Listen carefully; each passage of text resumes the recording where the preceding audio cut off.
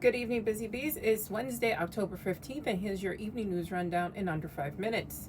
A federal judge has temporarily blocked the Trump administration's plan to fire up to 15% of federal employees, according to the Wall Street Journal.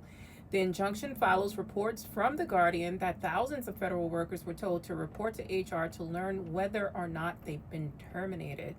The American Federation of Government Employees called the ruling a momentary relief, warning the administration may appeal as early as next week.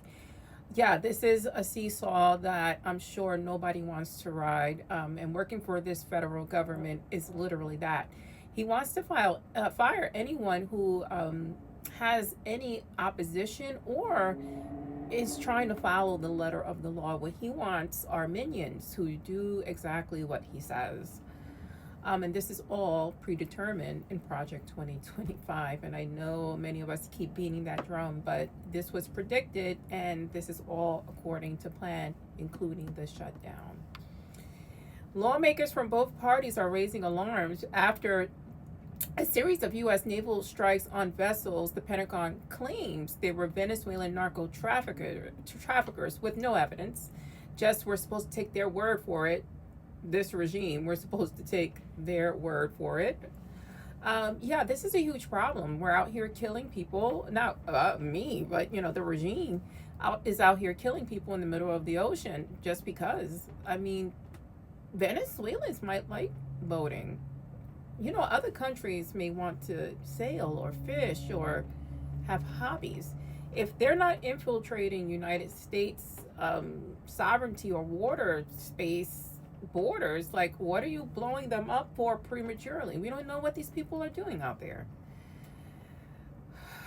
Moving on, what are our tax dollars doing? Well, they're going to Argentina, by the tune of $40 billion.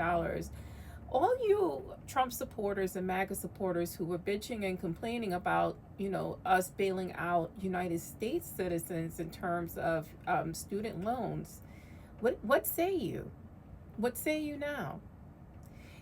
Critics call it selective diplomacy, noting that that Washington has slashed aid to other Latin American countries and countries abroad in general, while prioritizing economic ties with Buenos Aires.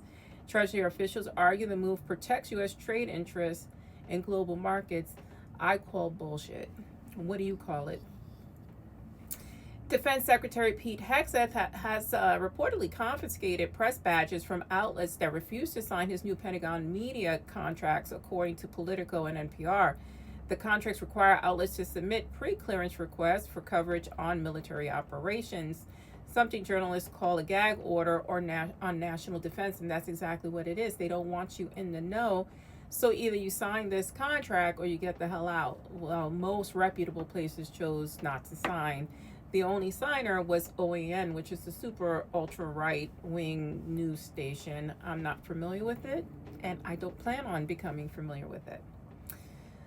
And lastly, let's talk about the United States as a whole. Yeah, the passport is now not in the top ranking 10. It's dropped to 11th place behind Japan, Germany, and Spain, reflecting global concern about travel restrictions and the treatment of immigrants here in the United States.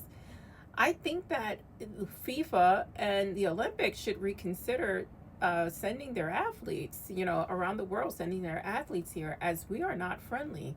And this is going to cause issues with ICE. What is your opinion on that? Do you think that these sports organizations should cancel? I know I do. But anyway, stay smart, stay safe, stay informed. Like, share, and follow if you can. I'm Simply Sugar.